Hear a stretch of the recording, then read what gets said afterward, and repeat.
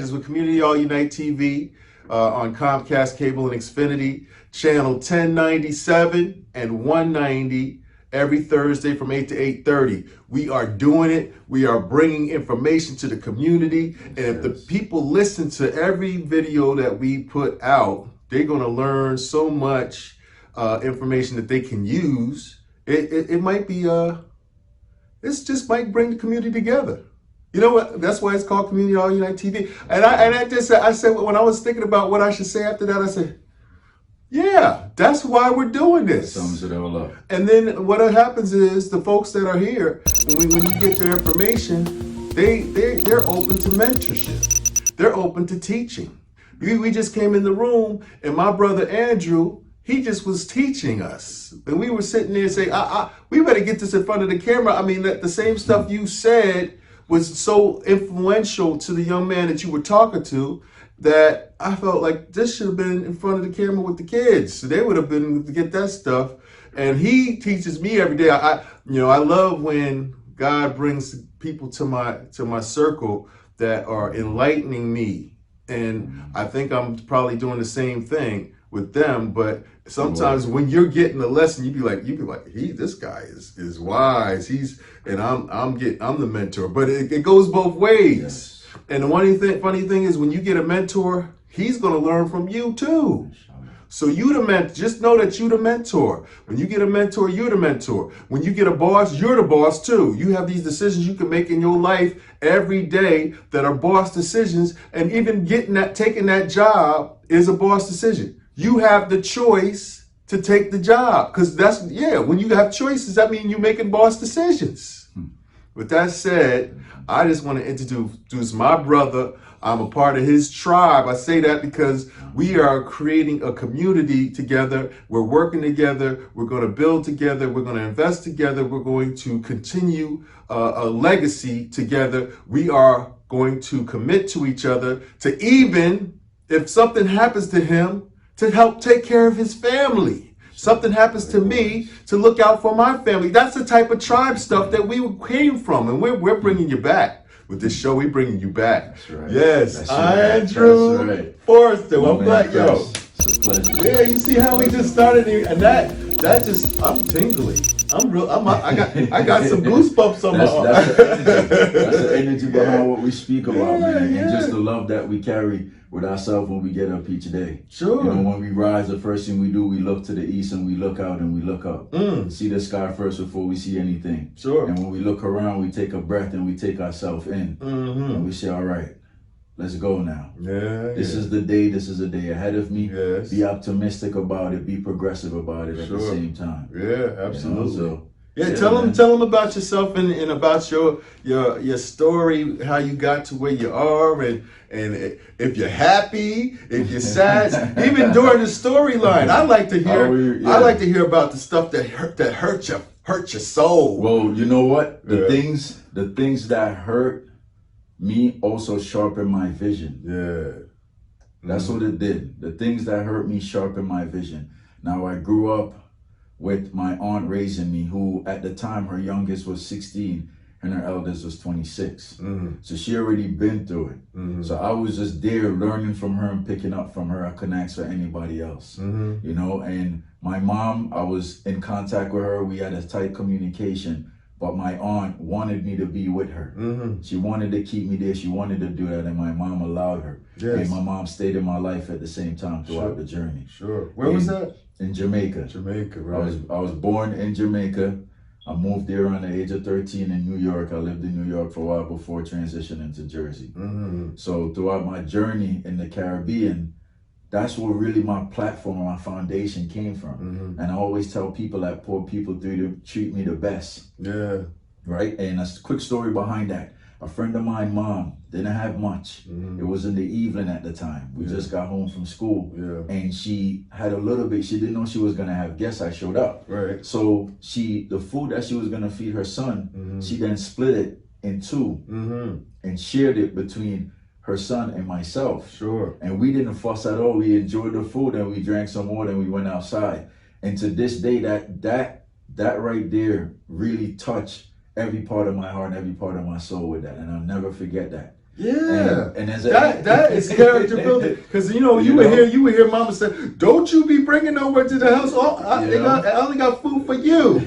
But then it goes both ways, because if she's separating the food, you start thinking about, oh, if I bring my friend, he gonna get half of my food. Yeah, but then that also teaches me that if I ever do that, to do the same thing now. Yes. To do the same thing for someone else. Sure. And keep passing it on. Yeah. And that's what the journey is that we cross paths with so many different people, and it's always good to just give something. Sure. Give them something. Yeah. So as I left Jamaica at the age of 13, I moved there with my dad. Kept in contact with my mom still. She's the one that brought me to the airport. You know, she was on the phone with him. So they're like, all right, we see you in a couple hours. It was like going down the street. It was like a 3-hour ride. Yeah. You know, and so I linked up with my dad. My dad was just in Jamaica 6 months prior before that at the time. So I came here. Now, just briefly, I am also one of the runners at the time for Jamaica, yes. for the under Jamaica team. Yes. All right. So coming in from that, I felt it was only right that I continued my journey upon that path, because track and field took me all over the world. Yes. All right. So I came here, I pursued that, and also soccer. Took me all over. I went to Miami Classic twice. Played soccer with some really top players in California, Texas, and Florida and North Carolina. Did that for 2 seasons. How you get on that is that you get requested by other coaches. If they like how you discipline of a character, they'll recommend you to the program. Sure. So that's how I received a letter to join that program, because of my character on the field, on and off the field. Sure. You seen, right? I ran at the time before I moved from Jamaica.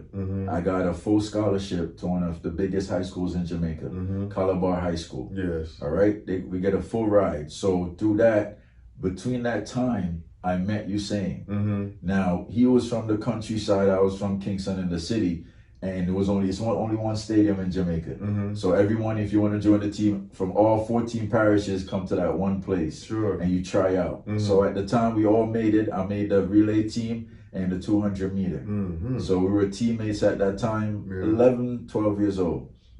And I'll never forget this tall, lanky kid, man. I'm telling you, he was like a spider on the track. It was just these long legs just moving, but we had fun. Yeah. And through that, it took us to all these different Caribbean, and everywhere we went, we took it over. Sure.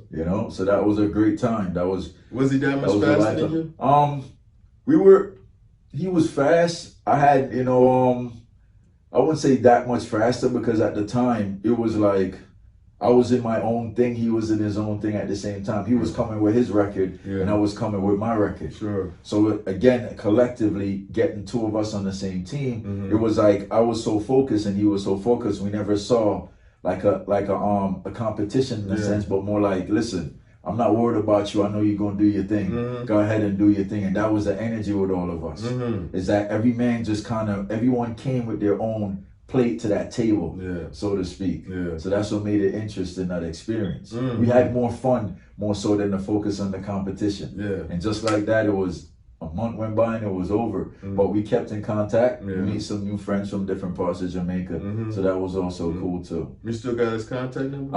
I talk to him here there on Facebook from time to time, just to hail him up, see how he's doing. Commented on his beautiful daughter. He has a wonderful family now. I don't know if you've seen it recently. No, I haven't seen it. But he's doing well. He's doing all right. He's venturing into other things now, because he retired. Yeah, he retired. Right. Yeah, man. So then what else happened when you got to the city?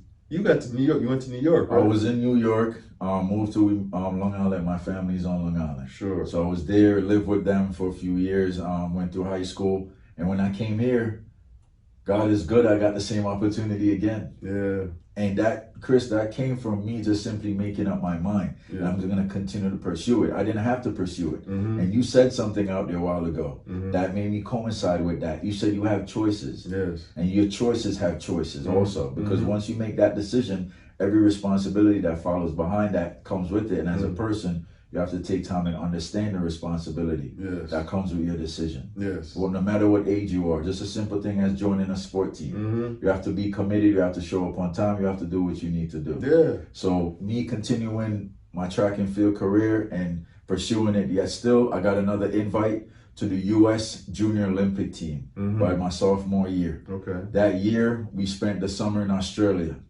6 weeks in Australia at Sydney where they had the Olympics. I had the pleasure of meeting Gail Davis, Michael Johnson, Donovan Bailey, a few other guys that from the 98 Olympic at the time. I remember. So that was just, I was shell shocked. I was just like, really? I was in Jamaica in 98, 2 o'clock in the morning in front of the TV watching them running. Yeah. Everyone was asleep in the house, Chris. I'm up 2 o'clock, like I'm not missing this race. Yeah. So for me,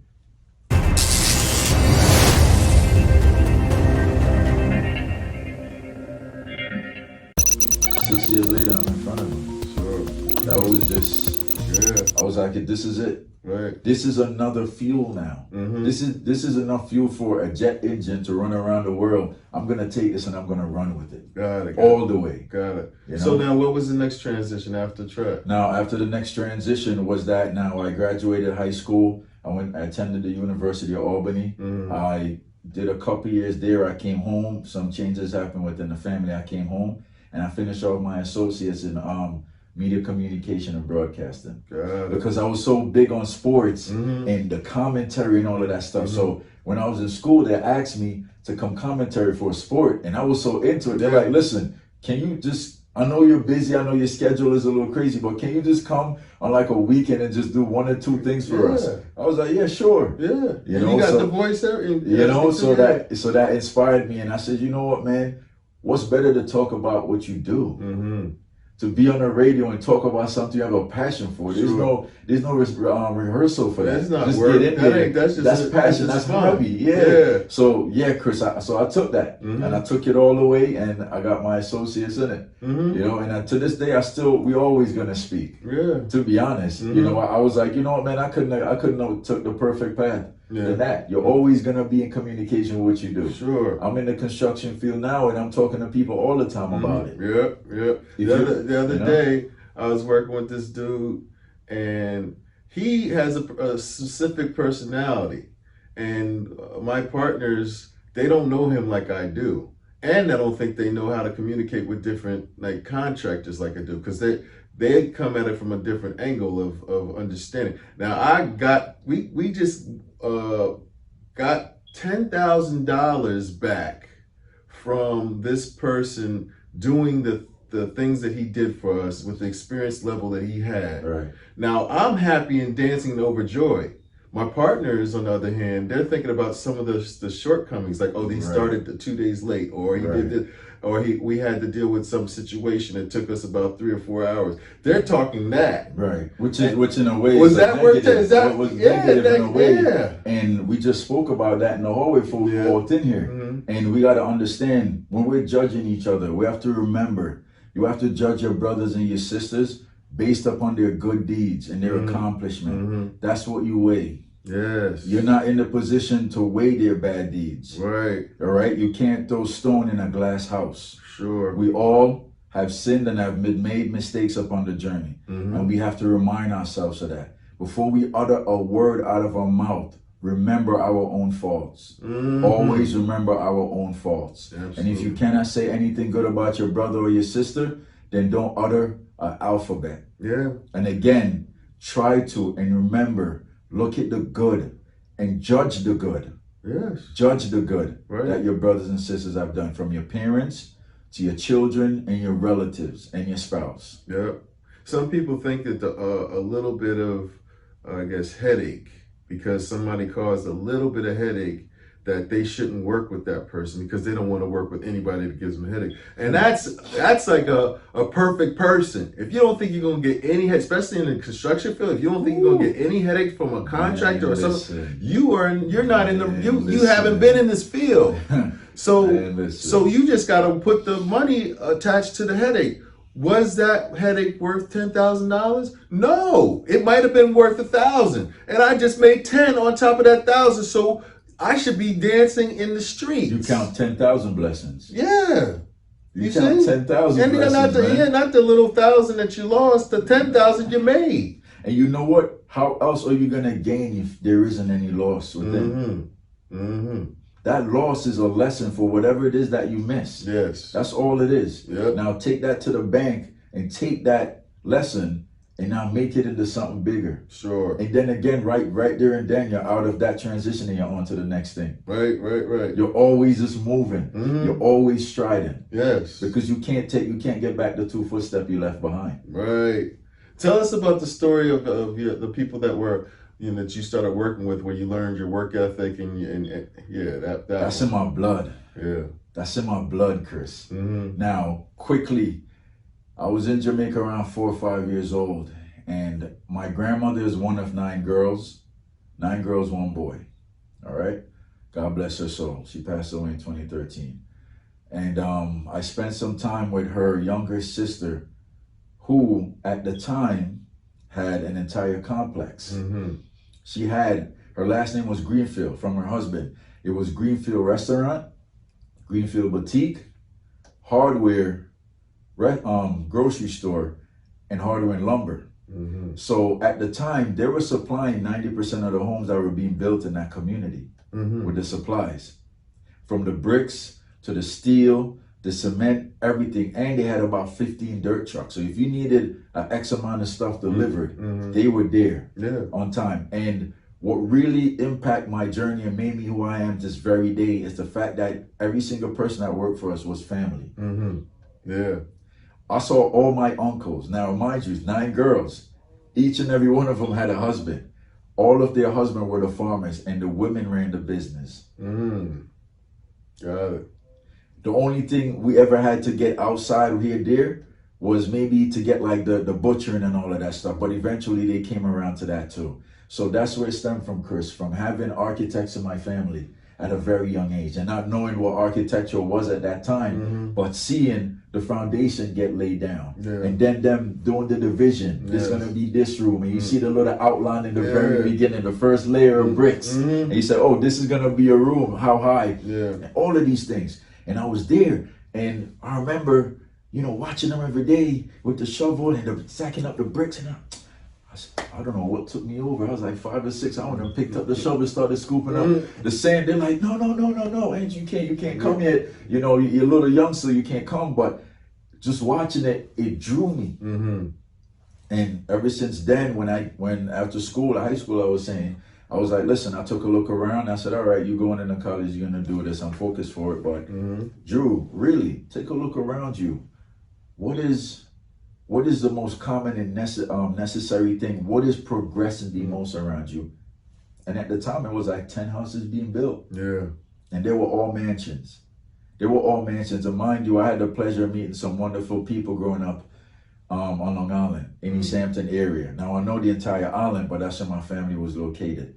And I had the pleasure of meeting Bill Clinton and a couple of the senators at Bill Clinton House. We also built his pool for him back in 2009. We built the pool for him. And at the time, the senator was like, listen, Bill, this young guy's from Jamaica. He came over, he's like, I bet you from Jamaica. I said, how you know? He was like, you the hardest working people. Ain't nobody else out here like you guys. I said, really? He was like, you want to guess where the nanny who was looking over, I think, Bill Clinton grandkids, he was like, where do you think she's from? And she looked at me and smiled. She opened up a little fridge. There was like 20 Heinekens in there. I was like, oh, you definitely Jamaican. She was like, how you doing, brother? I said, I'm all right. So right off the bat, just talking to them and interacting with the senator and Bill Clinton, they felt comfortable to speak to me at the time while I'm at their house. These guys don't have to talk to a guy that's there building their stuff and whatnot. So being exposed to that environment, having the pleasure of meeting Russell Simmons, and sit down and talk with him at his home. That's really one of my first mentors besides my uncle as a child coming up and seeing what they did. So Russell had a comment. I see Russell almost every morning. He had a thing where he sat down at the same bench each morning with his paper with a baby blue Bentley in front of him at the time.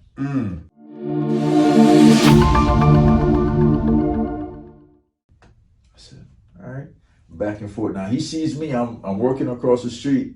I used to drop my dad off, go home, get ready, bring the car back and park it for my dad. He was only minutes away, and I would walk to work from there.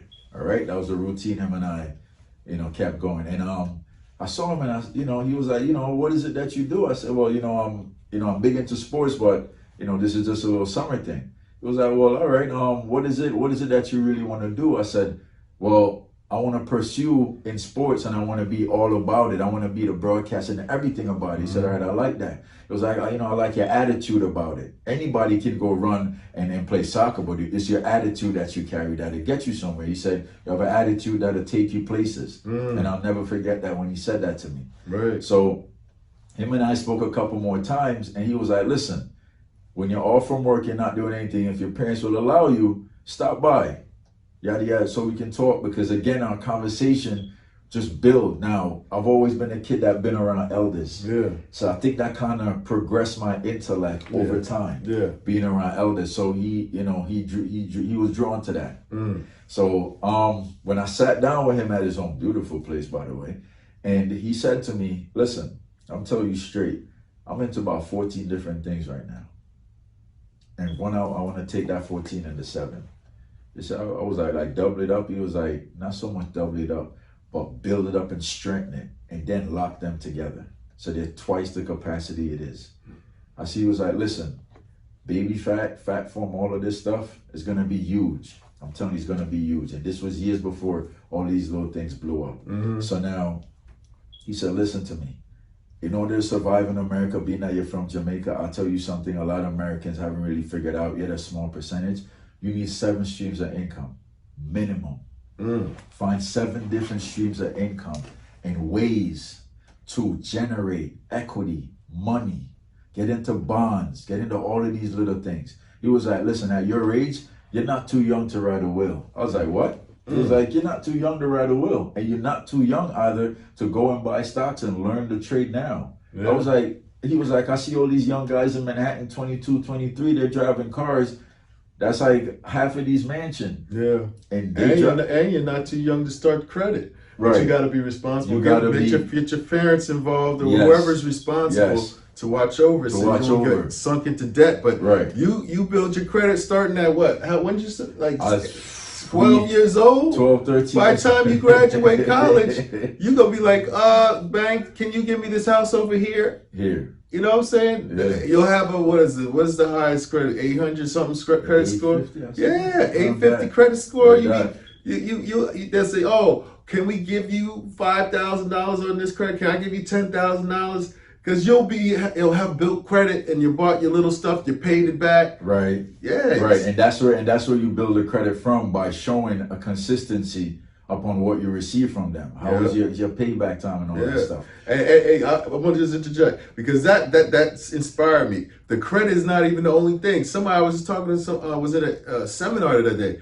When you are starting to think about responsibilities of your finances, you can start a business, an LLC, and have 2 of you, because that's like having you, and a business is like having 2 of you building their own credit at the same time, simultaneously. And when you start your little lemonade stand, you give that money to your little business over here. And you write your receipts. Don't forget to write your receipts, because that's your tax write-off when you sit down. And you and your tax person and your parents sit down. You can write your own tax and get all of that stuff. Nobody tells you that. They don't want you to know that. Your own Social Security is a business. Yeah.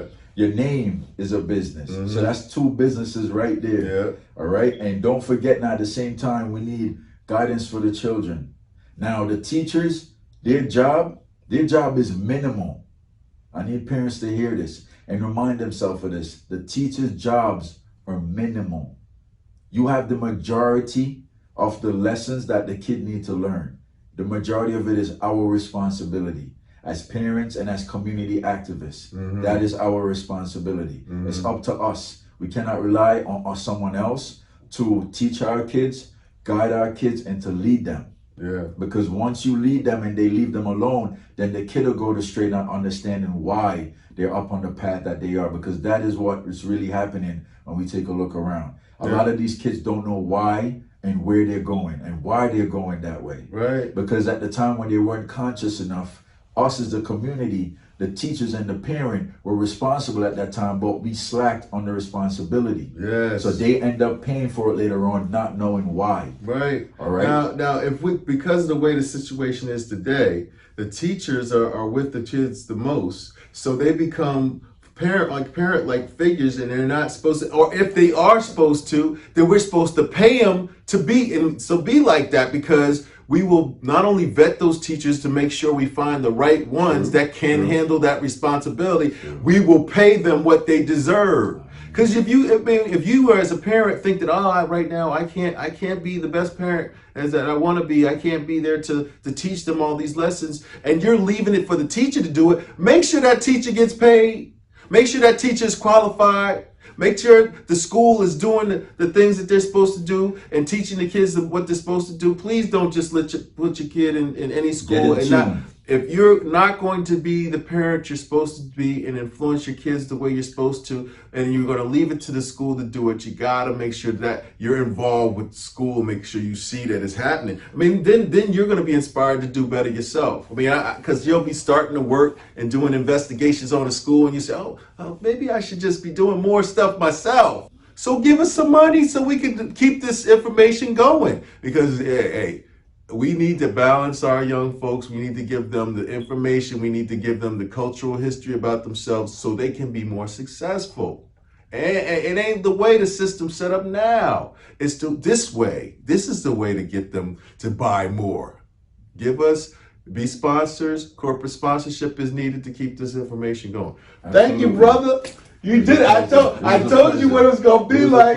God is here, and this is the spot. Our so much more information. We have so much more information to give to everyone that's watching, and to keep it going, like you said, with all the episodes. Somebody else, I'm putting this in the air. Somebody else said to me that they might want to come once a month. I don't know about the commitment. I'm just I'm saying, just put that. You know what? You know what? That can happen because it's so much more to talk about. Yes. So I think, you know what? I'll say it like this. Yes, it should happen. It will happen. Yes. Because at the end of the day, we call it giving out free game. Yes. We're putting you on. We're telling the parents to put the kids on now. Yes. Put them on now, not later on. Don't put them out there, say, go figure it out. No, it's up to us. Yes. And what we're going to do, we're going to break generational curses. Yes. We're not going to continue to do what our grandparents did and what our parents taught us. And how you do that is by you break the habits within yourself. All right? When you break the habits within yourself, the children will observe that more because they're watching us. Sure. And when we give them that, that'll be what they'll take and pass on to their children. Yeah. So we got a lot of work to do. Yes, we do. We do. Community All Unite TV. We did it again. Yes. Comcast Cable and Xfinity, they brought us to the table, and we're trying to use this opportunity to do the best things in this community. And it's on every Thursday from 8 to 8:30, and that's channels 1097 and 190. I slowed that down so you can make sure you get that. Thursday from 8 to 8:30, channels 1097 and 190. We hope to see you. Over and out. It's a fight now. Right now. Community. It's a fight now. Head high. Get ready for the fight now. It's a fight now. Eyes wide. It's now. It's a fight now. It's a fight now. Just remember and fill your heart with love now. In your truth, your find is the key now. Reach your fear and you will all be free now. Community. It's time to get better. You can't avoid it. We're all in this together. Head high, fill your heart with love and light now. Come together and it will be alright now. Come together, you can't run forever. Come together, it's now or it's never. Community, kids are dying in the streets now. Change your mind, unity is all we need now.